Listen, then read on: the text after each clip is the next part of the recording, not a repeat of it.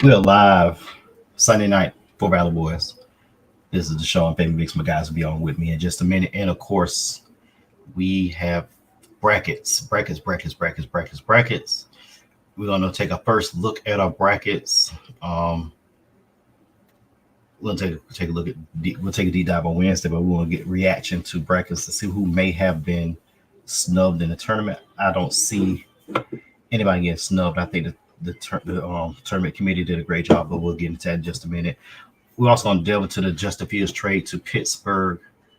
As we pair to Russell Wilson. We'll see how that goes. And of course, anything else we talk about, we probably delve into a whole bunch of different topics. That's how we do. And of course, this is how our show going to start, as always. Let's get it.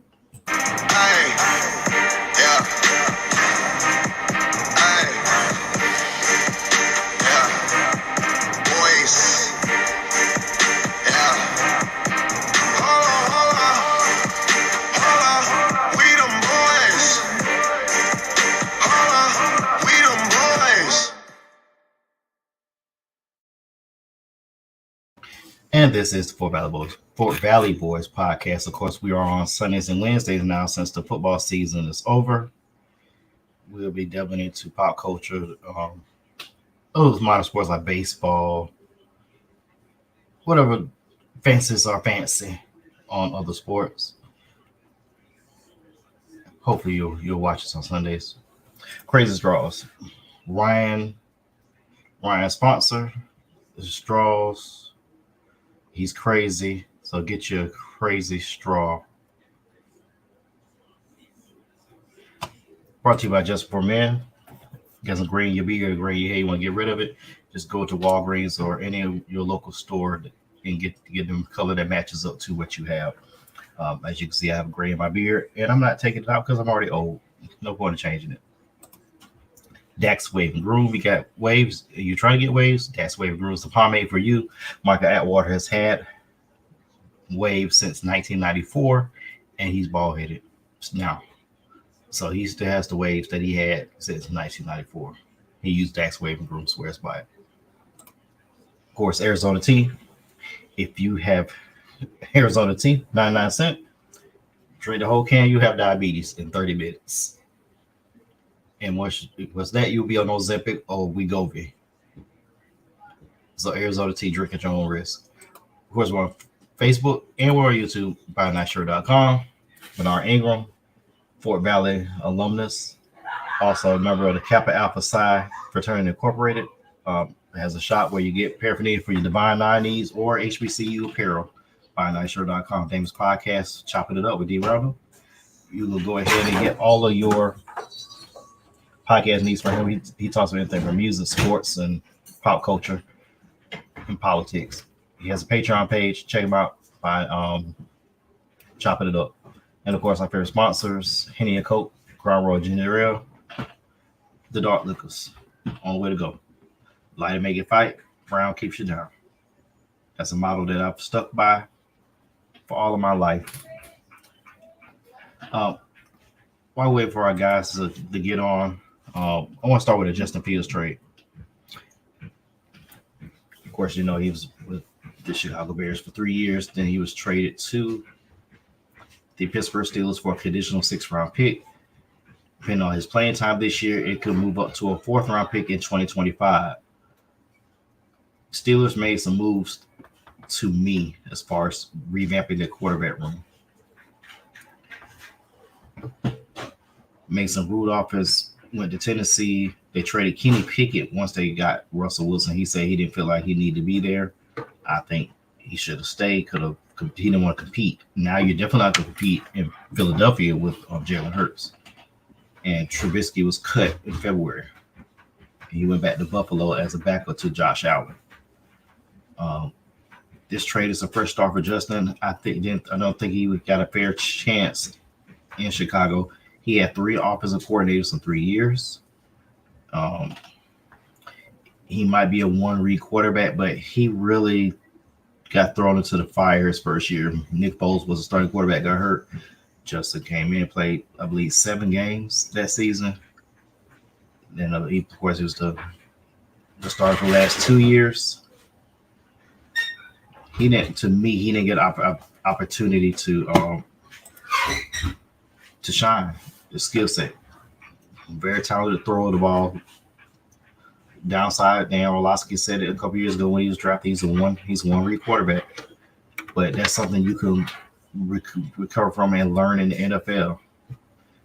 The draft capital the Bears gave up to get him, to me, doesn't justify him being traded. But at the same time, this Ryan Poles walked in with his quarterback when he got hired.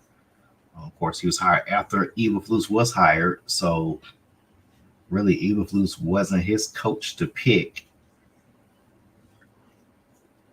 So it's a touchy circumstance for the Bears, and Justin Fields, he's going to get a fresh opportunity in Pittsburgh. We'll see how Russell does this year. He's been fairly healthy over his career.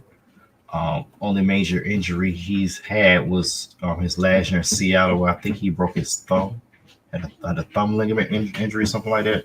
Missed about 5 to 6 games.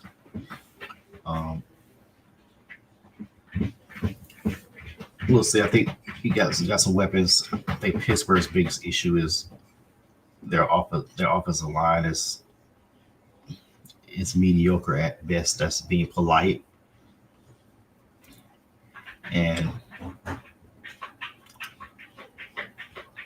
we'll see what happens with Pittsburgh.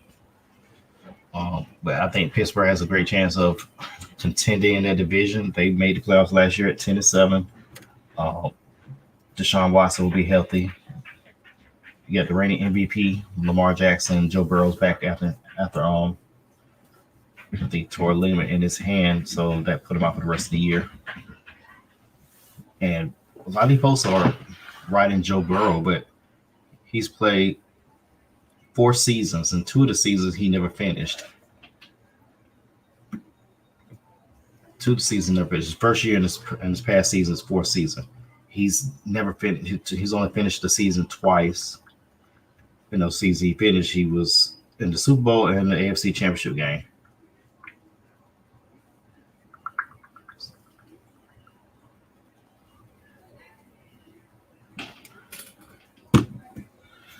So we'll see with that division. That's going to be a stacked division. I think it's a good possibility. Maybe all 4 teams might make it to the playoffs this year. Mike Tomlin doesn't lose. The Browns have a stout defense. They're top 2 this year. Bengals get Joe Burrow back, but they got rid of Joe Mixon. So where's the running game gonna come from? And of course the Ravens, they lost. They cut OBJ is gonna be a June 1 casualty. Patrick Queen is gone. They did sign Derrick Henry. I guess that's something from management saying you need to run the ball a little bit more, because they didn't run the ball at all in the championship game. The leader ran the ball 16 times. Lamar ran 8 of them, and that's not how you should win a game, especially with the weather where it was in that game. It was rainy, it was messy, and there were areas of running for Ravens, but unfortunately Lamar didn't take any chance either. He had 2 turnovers.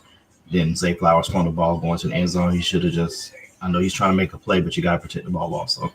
So really that game really should have been, at some point the difference wasn't as close as it seems. That game really should have went to overtime, or Baltimore should have won. But that's sour grapes. Think about it now. It is what it is. Hopefully we'll see them on the flip side. Next year was going to be a stacked AFC, especially with Jim Harbaugh coming back to the NFL, is going to the Chargers. You got Justin Herbert. We don't have a lot of people saying Justin Herbert's on the clock or Trevor Lawrence. Josh Allen, I say he's on the clock. I would have thought the Bills should have fired Sean McDermott. A lot of teams could have had Bill Belichick if they wanted him, especially the Dallas Cowboys. But anyway, I'll get Jamon's thoughts on Justin Field. He's hopping on. Jamon Sims was a 2-time state championship coach, two-time state championship coach, Jamar Sims. And we got my cousin. My cousin. I'm sick. What's going That's on, it. Fabe? Going on. Let me get your thoughts on Justin Fields, the trade to Pittsburgh. What's your thoughts on that?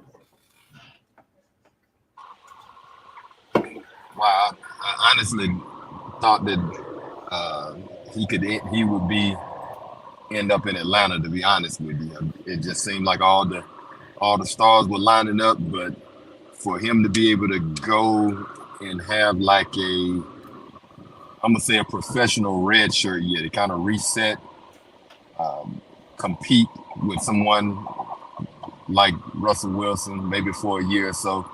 I think overall it's a good fit for him because the expectations are not very high right now, especially with the draft compensation that Pittsburgh had to give up for him. So he's able to go in, relax, and probably just hopefully be able to jumpstart his career again.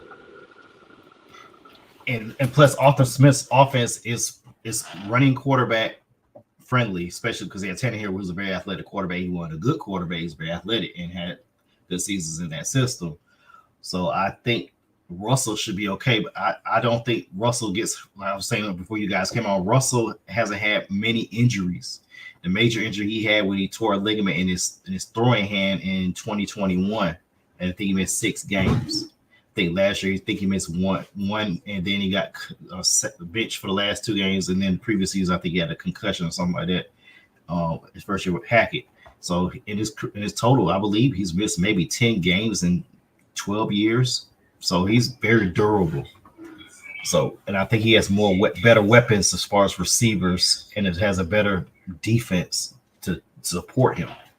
And I think Pittsburgh might make some noise in the division when Joe Burrow comes back this year, but Joe Burrow hasn't finished the season twice in his career, but the two seasons he finished, he went to the Super Bowl and the AFC Championship game. So if he finished the season, if he finished the season, you could go ahead and sign him up for the AFC Championship game. Cuzzo, what it is?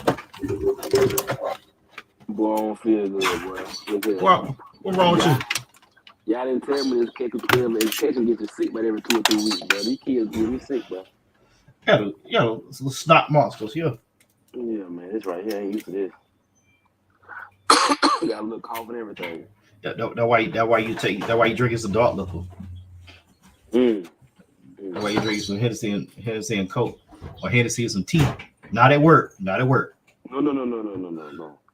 I like the kids. I like my job. But I was shocked, man. I think I might have put it in our little group chat about Justin Fields getting traded for a bag of apples and a couple of orange slices. Orange slices and a Capri Sun. And I'm like, man, I'm trying to be a Falcons fan, but I'm like, what are we doing? Like, they don't want a black quarterback. They think they might buy some dogs. They had a black quarterback. Desmond Ritter, he's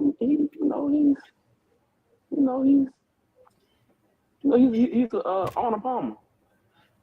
He's as white as the walls at my school. Hey man, I mean, but I like Kirk Cousins. Kirk, my guy.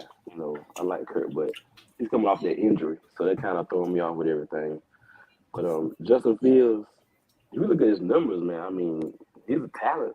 Justin Fields is a talent, but like Mr. Sims said, he does need that red shirt year to reset. He's going to a great winning organization, good players coach, and I think he's going to do big things there in 2 years, after Russell, gets out of the way. Yeah, 3 coordinators in 3 years for Justin Fields. Look at Alex Smith. He had 6 coordinators in 6 years before Jim Harbaugh got there. Mm-hmm. But then the next he went to the NFC Championship game his first year.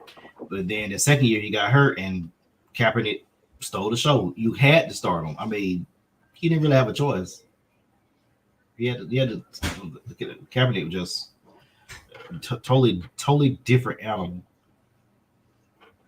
He's just to me, he's a longer, thinner, faster, more elegant Justin Fields, but with a little bit more arm strength, a little bit more talent. And I'm gonna say this, babe. Justin Fields gotten better every year. His numbers have gotten better every year. He has. Without he- much around him. No Yeah. O-line. Yeah, and I was saying this also. Nick Foles was the starter the first few games of 21. Then he got hurt and threw Justin in there. Mm-hmm. So, Mm-hmm. so like I said, 3 coordinators in 3 years. It would have been 4th coordinator. Let me ask you this before we go on to the brackets, because we got to get through all these, try to preview these brackets before we start our picks. Do you think Eberflus should have been fired, or they should have been extended? Eberflus, the coach for the Bears. I'm gonna let Dr. Sims go first. Well, I think with the way that they've made their moves in the off season, I think that that was a segue into saying, okay, we're gonna stand behind you one more year. Me personally, instead of making that many personnel changes, I think I would have gone out and found another head coach, not just a head coach, but somebody that can stabilize the organization all the way around. Because let's just be honest, they hadn't been what they needed to be for a long time. Mm-hmm. So I think moving in the direction of another head coach that can be more stable, more stern, and kind of galvanize both sides of the offense, both offense and defense. I think that would have been a good move, especially with the names that were out there. But owners tend to make the moves which they feel is attached to their name, whichever one's going to make them look good in the long run. And Justin Fields just wasn't one of them. So yeah, like I was saying, Ryan Poles was hired after Eberflus was. So that lets you know right there, ownership is behind Eberflus. So Ryan Poles is on the clock to me. But I wouldn't be surprised both of them get fired if they don't have at least have a winning record this year. And then, I'm sorry. Go ahead. No, you go ahead. And I like Ryan Poles. I mean, another one of those guys I always say, Fade, he got out of the mud. He's a GM, young brother, 38 years old. I like him. I like the moves. I mean, his big move was trade number 1 pick for a receiver, trying to get Justin Fields on hip. I feel like the media forced him to trade Justin Fields. I got a cousin who's a big Bears fan, and he felt like the media in Chicago, ESPN, forced him to kind of trade Justin Fields. So, but we'll see. I guess they're going for what's my boy from USC? Caleb Williams. Caleb Williams, yeah. I think last time I seen Caleb Williams crying in his mama's lap, but that's just me. I don't think I could fight for him first round, but that's just me. He a talent. if you don't keep him upright, he ain't no good. You know what I'm saying? That's what I'm saying. That's every quarterback. There's almost every quarterback, unless you're Lamar Jackson, probably Jaden Daniels, Patrick Mahomes. But I seen that brother crying in his mama's lap, talking about he been go home and cuddle with his dogs. I'm like, whoa. Justin Fields, he from North Atlanta, Kennesaw. That's North Atlanta now. For y'all, Kennesaw is touching Atlanta now anyway. But yeah, I mean, Justin Fields got a little more dog in him than that. I would have kept Justin Fields, drafted Harrison, then got the left tackle, and we were gonna roll. But that's just me. But it is what it is. That's why I'm on the couch and he making the big money. One other thing too, in the same hiring cycle, Kwesi Adolfo-Mensah from Minnesota, he couldn't wait to get Kirk Cousins off the books. Kirk Cousins will cost so much money on cap space.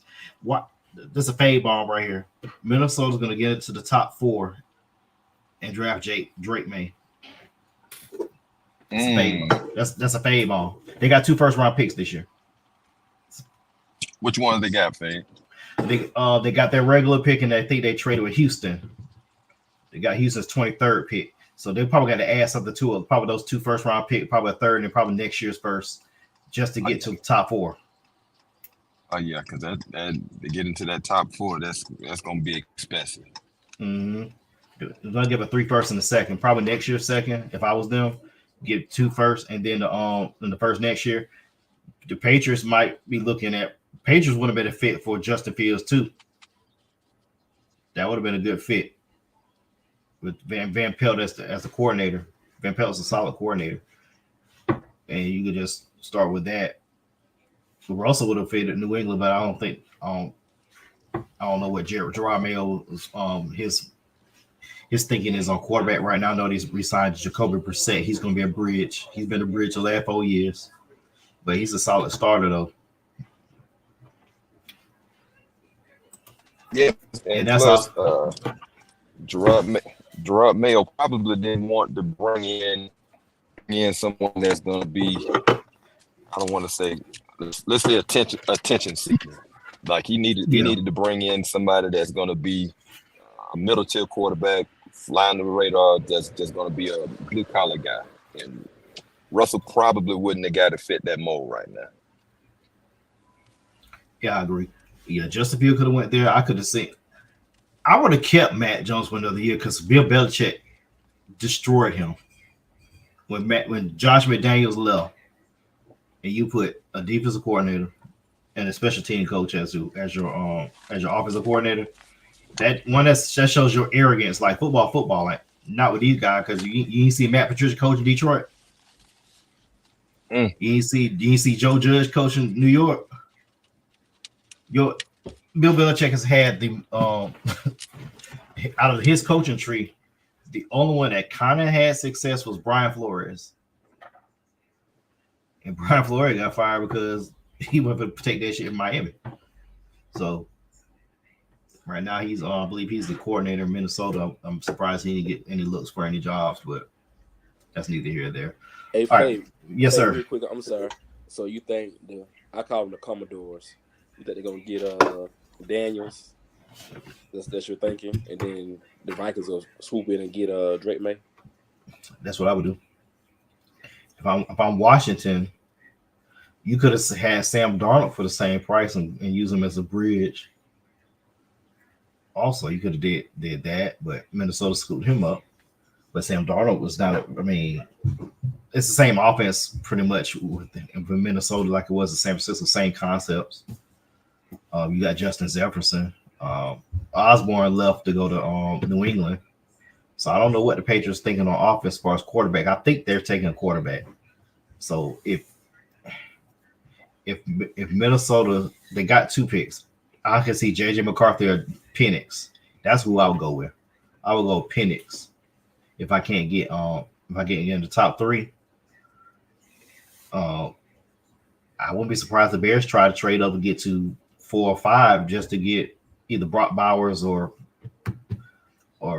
Roman Aduze, because you're not gonna get Harrison. Harrison will go 4 to the Cardinals unless they go offensive line with Joe Alt.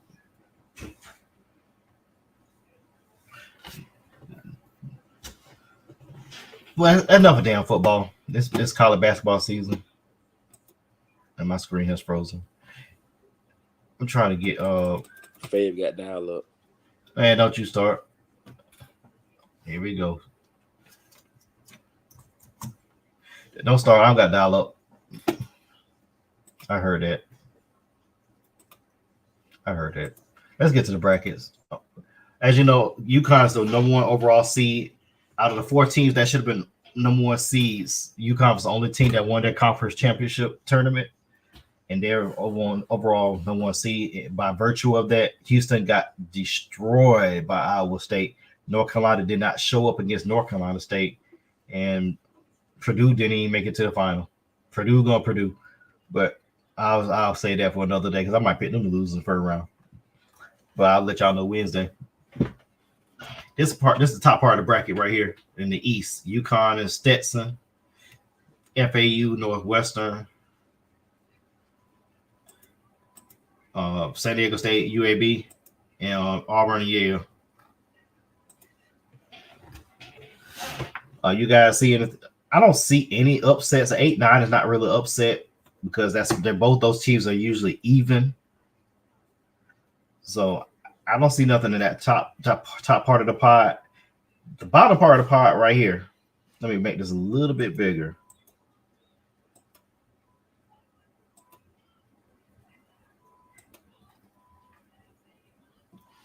This is the game I'm talking about right here. This is the game right here. San Diego State and UAB. Every year for the last 10 years, at least one 5-12 matchup has came out on the upset. I think we got two. But like I said, we get our picks when we get to Wednesday. But just at first look at this top part of the pie, and so you seeing these upsets or anything crazy going on right here? I'm gonna say this. I worked in the state of Florida for 15 years. Stetson University is $54,000 a year to attend that school. That's a lot of money. That's what my acumen at. I'm finna let Mr. Sims handle this. Also, Auburn University, their point guard, their father's from my hometown. So I'm cheering for Auburn all the way through. Trey Donaldson, tough kid from Tallahassee, but his dad's from Cairo. Dad played for Troy. But I'm gonna let Mr. Sims handle this because I don't know what I'm looking at. I just know Stetson is expensive, and Auburn got a kid from Cairo. I'm looking at style of play, Cade. The Auburn Yale matchup. That one is.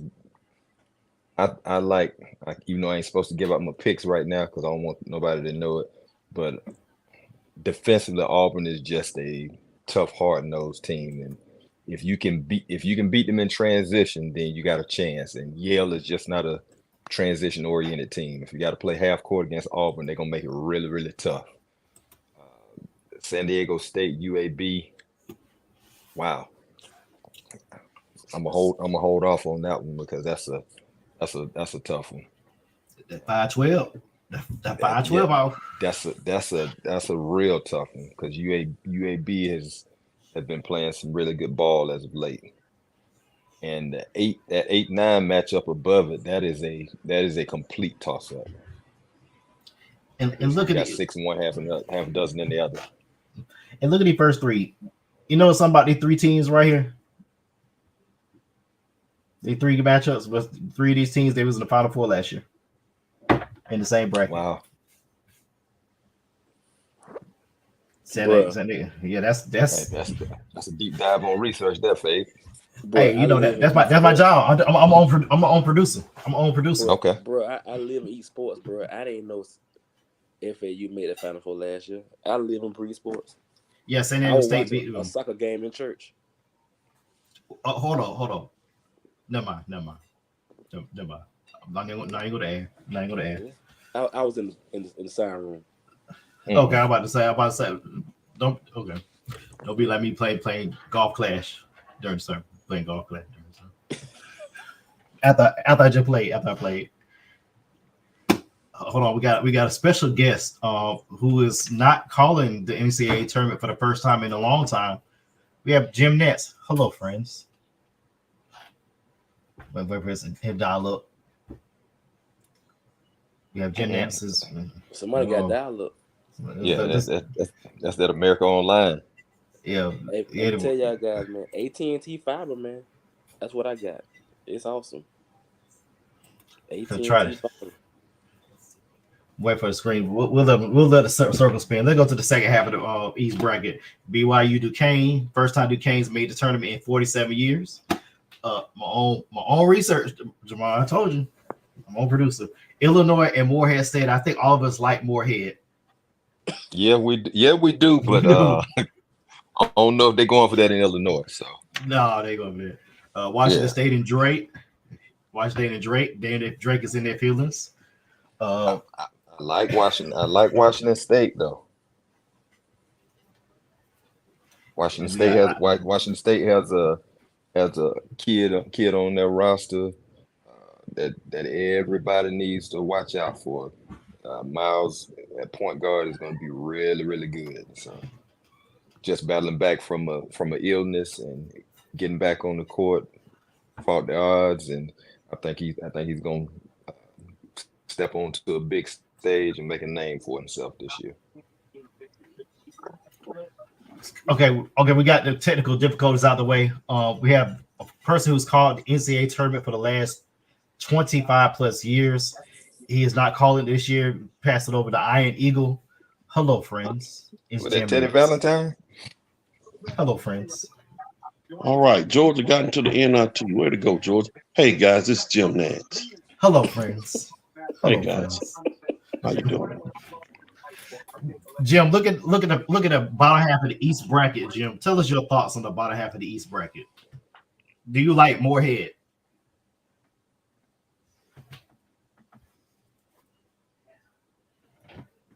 Did he freeze? He did freeze. Yeah. So I can see Iowa State, Washington State. I'm not going to say if I'm going to pick the upset with Washington State. I'm not going to get my picks until later because I don't want anybody trying to steal my points for the bracket challenge.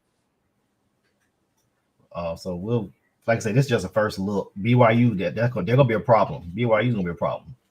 I think, and I came in last year, but I think the Iowa State and Illinois game would be a pretty good game if they make it that far.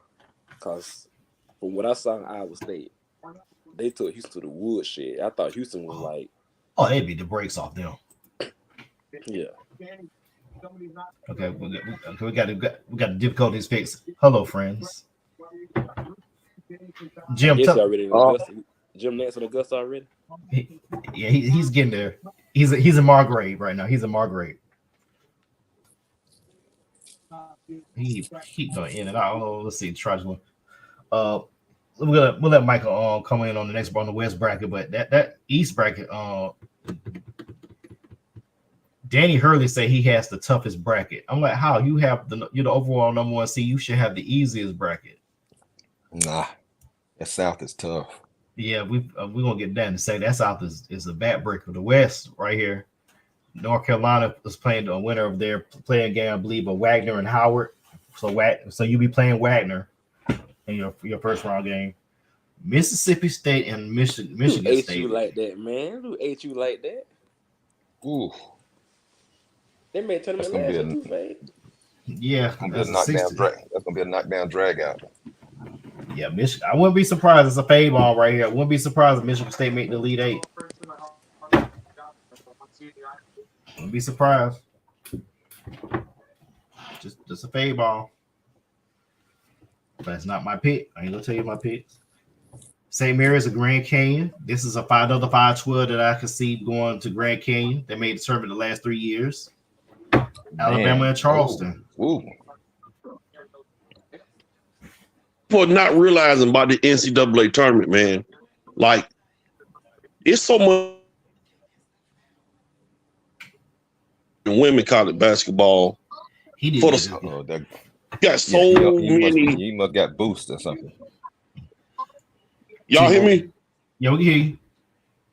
The reason that the NCAA tournament is so the reason where it is, man, you got so many high major or power 6 kids that transfer to Grand Canyon and James Madison and a lot of these schools.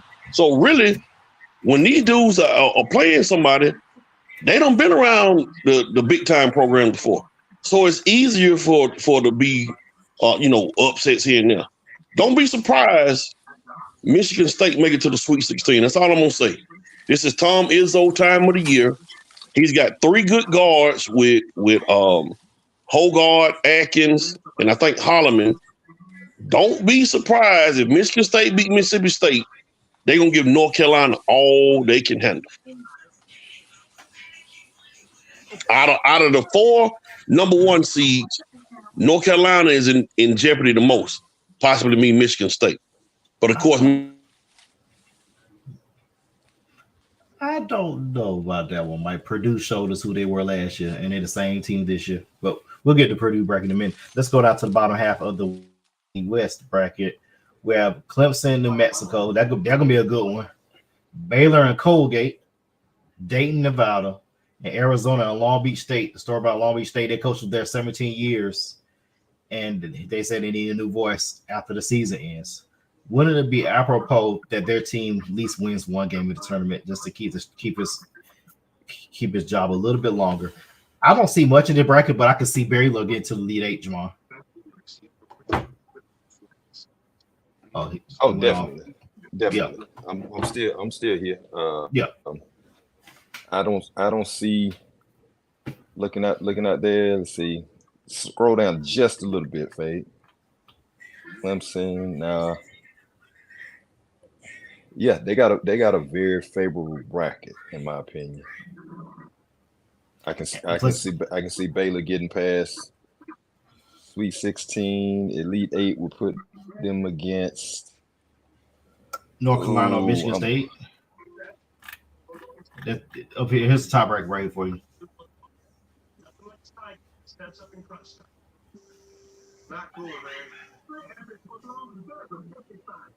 That's scary. I'm with you on that North Carolina, and I'm not gonna say Michigan State. I'm gonna say Mississippi State. Yeah, Mississippi State. That SEC is tough. SEC and the Big Ten had the most teams go to the tournament this year with 8. So they're the two best conferences. So, and you think the Big 12 is deep, but they weren't as good, which leads to Oklahoma being. Some folks saying Oklahoma was sub, but their strength of schedule was 300 in the 300s. So a lot of folks saying Indiana State should have been in it, but Indiana State's quad. I think quad 1 wins. I think they only had one quad 1 win out of 5 games they played. So a lot of folks clamor about that, but I think the tournament committee has gotten it right the last few years as far as teams making it. I think they did a gender-free bracket. Now some of these seedings might be a little questionable, but let's get to the South though. Houston against Longwood. I think we all have a hard on for Longwood. Boy, you need to stop it. My bad. Oh my goodness. Oh, If we had Oral Roberts on there, it would have been a whole nother story. Yeah, that's a different story though. A whole nother story. That Horatio team right there, Oral Roberts. He picked Oral Roberts just because of the name, and somehow that motherfucker went to the Sweet 16 with Oral Roberts.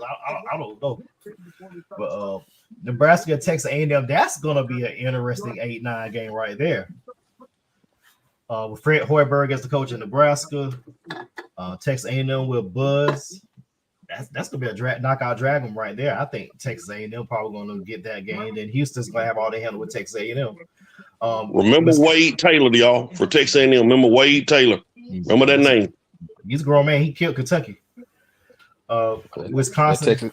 At Texas A&M and Houston, just that both of them being defensive-minded teams, I can see that being a low-scoring game. Yeah. Wisconsin, James Madison, Duke, and Vermont. I can see James Madison winning that 5-12. I done picked 3 12s over 5s already. If I was picking, that's just crazy to me. But I just think James Madison. Think about they're one of 4 teams that got 30 wins this year. So that's and let me just say this, man. In order for the men college basketball to kind of edge themselves past right now, the NCAA tournament, they need these blue bloods to win. Because the more the blue bloods win, the more people gonna turn in and watch. So Duke, Kentucky, the Kansas, the North Carolina, the UConn, them people need them to win. So it's not gonna keep the eyes off Angel Reese and Caitlin Clark and Juju, none of them. But if the men's tournament wants to stay up the beat and stay up with women, they're gonna be frozen. That's what's gonna happen. They'll be frozen out, like Michael Atwater's internet. yeah, but to piggyback off what Mike's saying, Vermont. true college basketball fan, how many of y'all sat there and watched them games last year? I watched the game last year. Watched majority of the game. I did not. But to piggyback off what Mike's saying, Vermont cannot beat Duke in the first round. I mean, that'll kill NCAA basketball this year. Duke needs to make it to at least a Sweet 16 and battle with Houston. whatever be the Elite Eight or Sweet 16 and battle with Houston. That's what it need to happen. But like I told Fade, Mr. Sims, I love sports. I can't watch college basketball too tough. It's unwatchable for the most part. The men's game is unwatchable. Yeah, men's game is unwatchable. Yeah.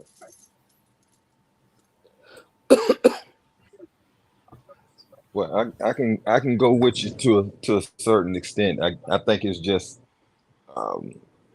like Mike was saying, everybody knows the names of those kids that are the upper echelon players that ends up at the Blue Bloods, and the other, I don't want to call them mid majors, but the other non-Blue Bloods, they don't get in my opinion, they don't get the recognition that they deserve, even though they're making the games more competitive, a lot more parity across the league, to the point where you really don't know if a Blue Blood is going to make it out first or second round. So in that aspect, it gives you something to look for, but it's just not star power that it usually has every year. I don't on television during my fourth period class trying to turn on the TV at school to see who's gonna play in the first round and possibly get an upset in a 5-12 or 1-6, 5-12 or 1-16 game. So I don't know. It's a lot that needs to be done, and We just lost Jamal. He'll be back in just a minute. But yeah, looking at this South bracket, you got Nebraska, Texas A&M, Wisconsin, James Madison, Duke, and Vermont. You got Blue Blood, team that went to the finals in 2015. You got SEC and the Big Ten team. You got a 31-win team here, and you got Blue Blood right here. There's a lot of missteps. I wouldn't be surprised if Nebraska gives Houston all they want in that second round. Let's see. Jerron is going to hop right back in. Let's see. Who's the 2 seed on that? Fade? I'm getting to it now. Get to that part of the bracket right now. That's Marquette. Kolek will be back for the tournament. He was out during the Big East tournament. I think if they had Kolek, they would have beat Kentucky. They would have had a better chance at Connecticut in the final if Kolek would have played. But they did the mature thing and let him sit out. At least they made it to the final. That's what guaranteed them a 2 seed. Florida's playing the winner of a play-in game. We don't know who that's going to be as of yet. So if you're trying to put your bracket in, you can't pick that game as of yet. Kentucky and Oakland, that's going to be interesting. And then North Carolina State and Texas Tech. I'm looking at this bracket right now. We got to the Midwest, and I wouldn't be surprised if you see a 12 versus 10 and a 3 versus 11. I wouldn't be surprised if you see that. Am I crazy? You won't be surprised to see what? A 3 and 11 in the south part of this South bracket. I won't be surprised if NC State, Kentucky play, and then the 10 seed that plays Florida play Western Kentucky in that part of the bracket, something like that. See, but So you double digit. Marquette's gonna lose? I don't know. I mean, Marquette is the most talented team out of that. I'm gonna say most talented top to bottom. I don't like a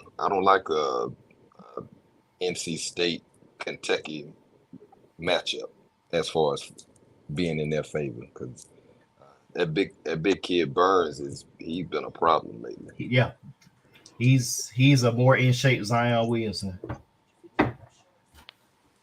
without the OnlyFans girlfriend. I'm around with Marquette. Young man, his grandmother from Cairo. He's assistant coach on Marquette's team. So I'm around with Marquette to get all the way through at least Elite Eight. That's how everybody from Cairo. Hey, I know the road. That's where it's at. That's where it's at. The road. That's the road. You gotta be. That's the city. Young man, his grandmama from Cairo, and he's assistant coach on Marquette team. Jackie Robinson. Got out of the dirt. He got out of the dirt, Jamal. Jackie Robinson, Teresa Edwards. Hey, let me ask y'all a question, and I want Jamon to go first on this, man, because we've talked about this before. So when you look at the coaches that coach men's basketball in the SEC, You look at, of course, Calipari. You look at Rick Barnes, Nate Oates at Alabama, Bruce Pearl at Auburn, Lamont Paris. He is the SEC Coach of the Year.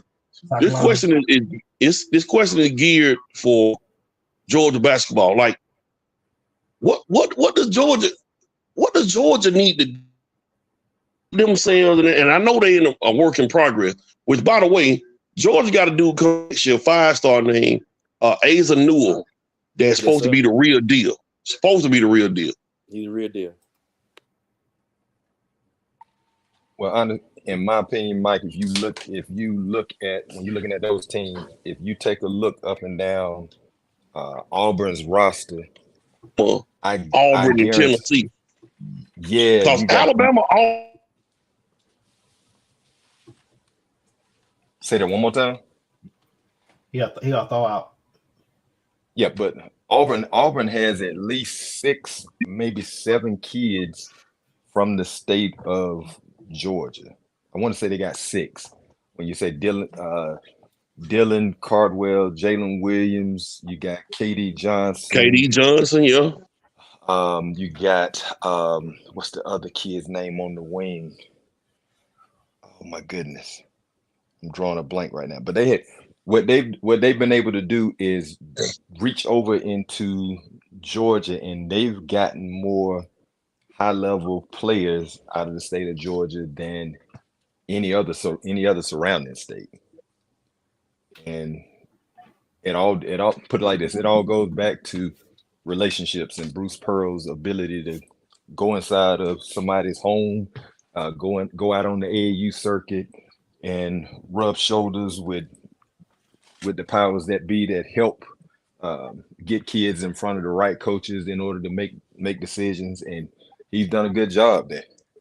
And it's just a matter of time before Nate Oates, and I don't even know if doggone Rick Barnes does a lot of his recruiting. He's more of a closer.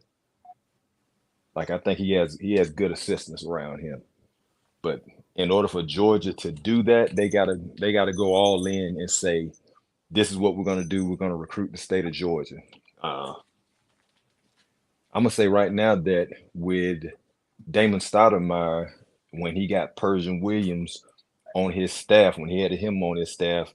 What's up, Persian? He from Kennesaw State. Yep. Definitely. He gave Georgia Tech an instant boost when it came down to relatability across the state of Georgia with all the different coaches and AAU programs. So that, in my opinion, that was a great hire for him, as well as maintaining some of the older staff and alumni in that area as well. So look for Georgia Tech to make some moves long term before Georgia, in my opinion. Hey, Jamon, don't be surprised if Caleb Wilson from Holy Innocent go to Georgia Tech. I wouldn't be surprised. I would not be surprised on that. And this was crazy, Fade and Anatole, man. The number 1 player in the state of Georgia, guess where he going to school? Rutgers. Now, keep in mind, let's look at the backstory on that one. He's not truly a Georgia kid born and raised, though. He went from Chattanooga, right? Yeah. He's from Chattanooga, so he's not a Georgia kid per se. So if with him getting out of the state of Georgia, that one doesn't bother me as much. But if Caleb Wilson is able to get out of the state of Georgia, then that's gotta raise some eyebrows at Georgia Tech, because he's a high academic kid, and he really is not. He ain't wowed by the bells and whistles that some of the other programs are gonna throw at him. So that's gonna be an interesting one to watch. And the way Georgia got this Asa Newell, he a 5-star kid. He go to the Monteverde Academy. His brother is at Georgia. He's from Georgia. A lot of people didn't know that. Athens. I think they're from Athens, Mike. Yeah. Mm-hmm. So that was kind of a recruiting pitch for them too.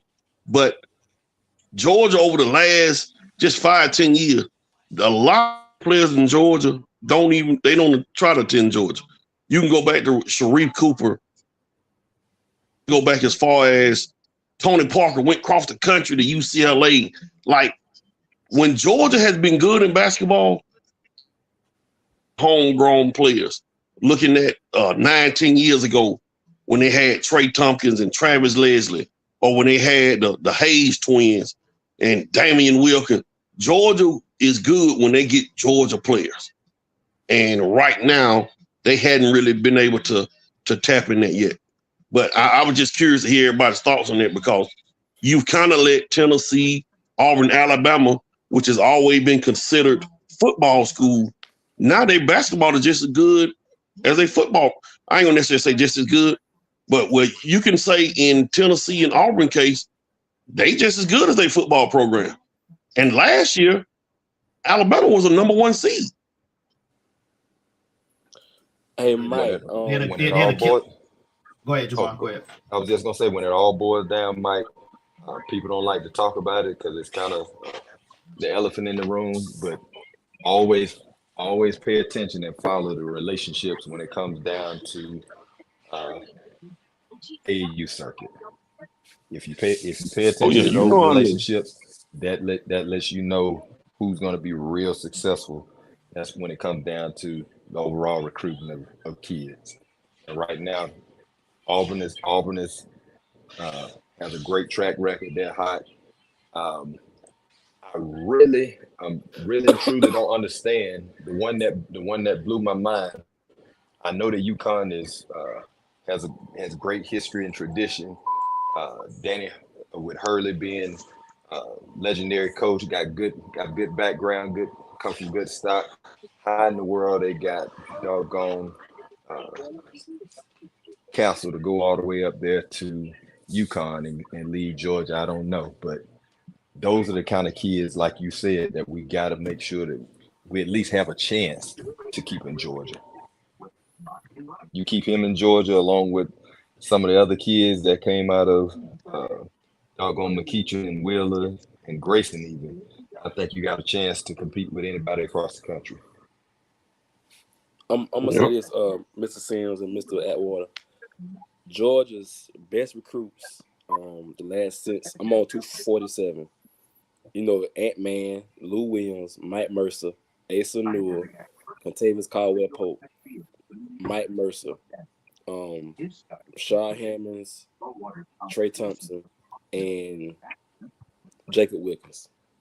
None of those names, I mean, those are good guys, but they're not stacking guys. They're getting guys far in between. Only 2 guys they stacked was, Lou Williams played for Georgia, so it would have been Lou Will and Mike Mercer. Because Travis, not Travis, what's his name? Mike. He was dunking on everybody. He was like a 3-star coming out of high school. Travis Leslie? Yeah, he was like a 3-star coming out of high school. Yeah, he went to Columbia. Yep. Yeah, he was 3-star, so he wasn't like a top recruited guy, but they can't stack anybody. They're not stacking guys. And when Mike White came to Georgia from Florida, I'm good friends with Kawhi Reeves Sr. I just knew his son was coming to Georgia. He went to Tech. I was like, man, why Kawhi going to Tech? He was like, because of the guy from Kennesaw, basically. And going back to that Georgia history when it comes down to recruits, I would go ahead and I wouldn't even count Ant-Man in that particular recruiting, because that one kind of fell in their lap. You'd have to understand how the dynamics behind the scenes, but that one they really didn't even have to work for. But for the most part, like you said, those other kids, your Mike Mercers, your doggone Trey Tompkins, all of those were good solid players. But how many of them were truly game changers? Like, we got to keep the game changers in the state of Georgia. Would right now just think that Georgia is just they're going for, in my opinion, they're going for the low hanging fruit. Every now and then they'll shoot for the fences, but for the most part, they're going for the low hanging fruit to try to keep those out of Try to keep those away from your rival SEC schools. And I was shocked that Ace Bailey didn't go to Auburn because I heard Bruce Pearl would say that he would leave his practices and drive over to McEachern when they had what's the guard who played for the drafted by the Hawks. He would stay at their high school. He would stay in Atlanta. I don't know what the other coaches in Georgia did. Like I said, I don't have enough, history to know. But Bruce Pearl was adamant about recruiting the state of Georgia. I mean, Georgia's basketball has one kid committed. That's Asa Newell. So you're worried about the transfer portal, but you got to get some kids and you got to get some guys in there if you want to build a program. You're serious about it. I don't think they're Well, serious. from what I'm hearing, a lot of them guys at Georgia now are coming back next year. Like they got a lot of like sophomores and juniors. So Georgia's supposed to have a lot of them guys come back. That's. But again, what star power do they have on their roster? Well, the That's star from the power state that they of have on their roster gonna probably be gone. They got the transfer of Justin Hill, senior, Abdul Rahim, a senior, RJ Melendez, I think he's a senior. So they got a lot of guys that got clocked that were up, were seniors, transfers. But they got like 3 or 4 freshmen this year that stepped up and played. And once again, Georgia probably is going to go in the portal and get 5 or 6 different guys. And that's another thing when it comes to the portal. He's not hitting it out the park with the portal. He's going in and getting some of the top mid-major players and maybe your 8th, 9th, or 10th man at a power program. And it just ain't equal a whole bunch of wins yet. Mike White has got to get some kind of way in that portal and get I'm talking about impact right away. But again, like let's call it what it is. NIL at Georgia and NIL at Auburn and or Tennessee is going to be totally different because the bulk of the money is going to go to Georgia football. Let's just be honest. And Georgia is really not as competitive as Auburn is when it comes down to NIL. And that is speaking from like I can tell you a couple of stories, especially in this past cycle when it came down to recruiting one particular kid from Georgia that he was a top 20 SEC kid that hopped in the portal, and he was getting love from a lot of high major schools like your Florida, your Miami, Texas, Tennessee, even Auburn. But the money at all of those schools and the money at Georgia is just not the same. It really is not.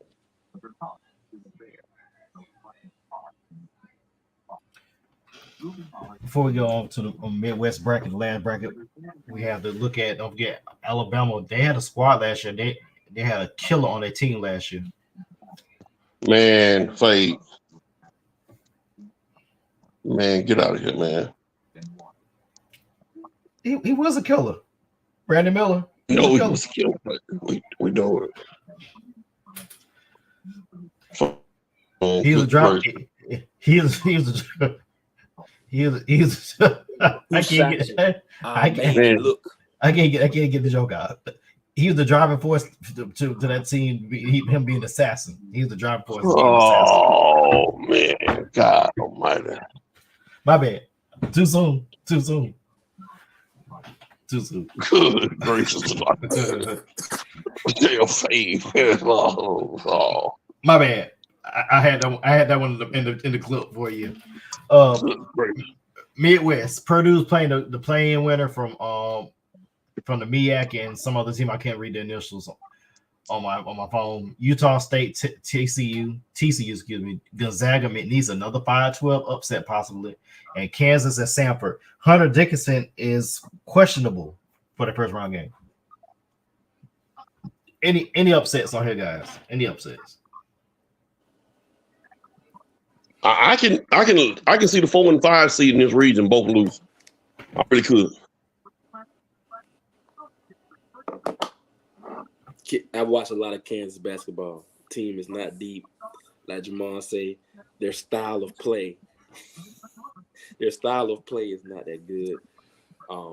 They're not deep. They don't shoot the three very well.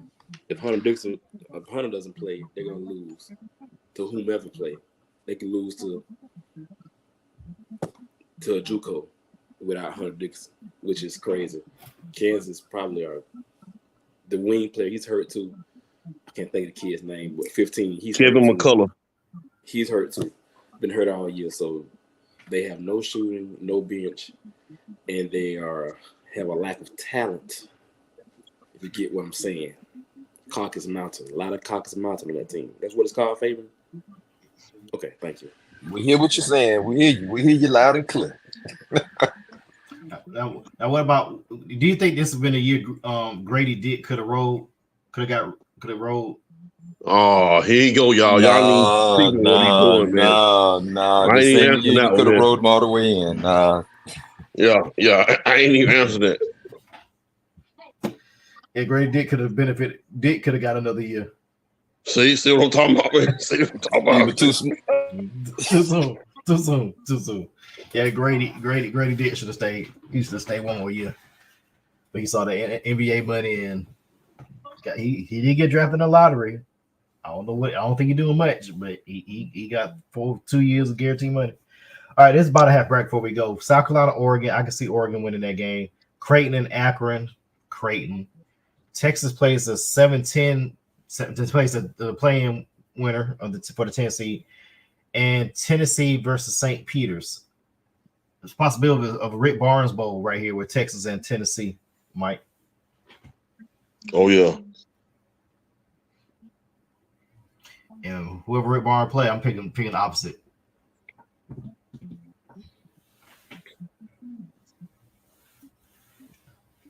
That would be a match. That would be a matchup that could get a whole lot of views as far as across the NCAA.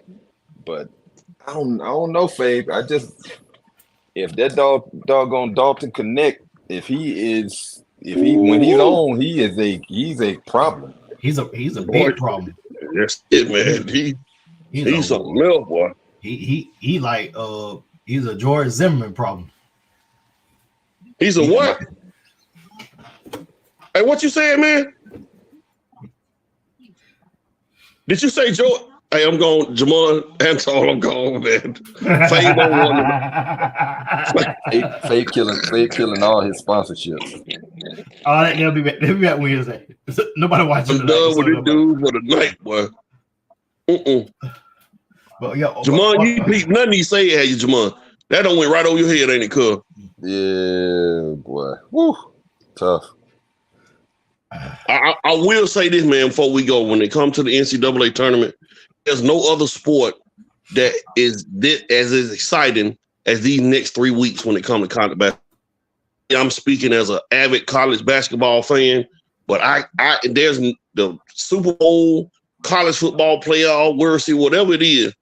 There's nothing as exciting these next 3 weeks, man. You can talk about how much football and how popular and big it is, but the next 3 weeks, big time basketball, man. Hey, I agree with that, Mike. I'm in the car now, like shot. But this is my first year K through 12 education. But at FAMU, when I was working there for the last 15 years, we would do a big bracket with all the students, put the games on the TV in the library, and it would be like, it would be the thing to do. I gotta figure something out to do at the middle school. I don't know if it's gonna be able to happen, but YouTube TV. Thursday Friday games, that's amazing, man. It's like you see teams, players you never really watch too much. They put their heart out there. Single elimination, best man wins. So I'm gonna be tuned in. I complain about college basketball a lot, but I'm gonna be tuned in. I'm gonna make a bracket. Probably gonna come in last again, but I'm gonna be right there for it. It's the greatest sporting event ever. Don't pick Kansas, you'll be all right. Nah, I mean, I got Kansas losing when they get off the bus. The comments that I made on the show do not reflect the panelists' views. Damn on the show Fort don't. Board. It's right there. Damn across- show don't. right there at Yeah, the bottom of I it. ain't certified. Yeah, I ain't certified yet. It showed on no Jesus. I got to pass gates next month. So I should have tenure now in Henry County. I think I got 4 years, so I'm good. So comments made on the show does not reflect all panels of the Fort Valley Boys or the affiliates and sponsors of the Fort Valley Boys podcast. Okay, got that out of the way. Wednesday, brackets. We're gonna talk about everything on the brackets. Who we pick? Are we bold enough to go with Moorhead? God almighty. I'm talking Moorhead State, man. I know. I just don't know if they gonna. I don't know if they gonna be as yeah. Golly, Fabe. I'm gonna leave that one alone. I don't know if they're gonna be. You don't know if they're gonna be as stiff as Longwood. Y'all think anybody HBCU? Might need guess that one might have said easy. Hey, what you say? He said he didn't know if Moorhead was gonna be as stiff as Longwood. Hey, I'm out, Jamon. I'm gone. I holler at y'all. I'm gone. Don't do it, Mike. Hold on. Oh, Lord. Hey, Mr. Sims. Yes, Mr. sir. Sims. Now y'all got y'all a good one coming from Cairo. I heard. KJ Spence the man. I heard. Matter of fact, I talked to. Matter of fact, you said you from Cairo though, right? Yo, I'm from Cairo. Yeah, I work. Okay, so you know Latoya basketball Brown. coach. Yeah. Yeah, me and her were talking about him on last week, and she was telling me he pretty much the real deal. So He the real deal. I don't know. He playing football too. He broke the rushing record, but he didn't really play running back. He broke the single game rushing record. He was the backup. I mean, he is the real. But basketball, he is the real deal. Holyfield. But Toya's cousin is my assistant principal. Carol Small, man. Okay. Yeah, it's Carol Small. Yes, sir. So you working down there now? Yeah, my first year. Yeah, at middle school. Yeah.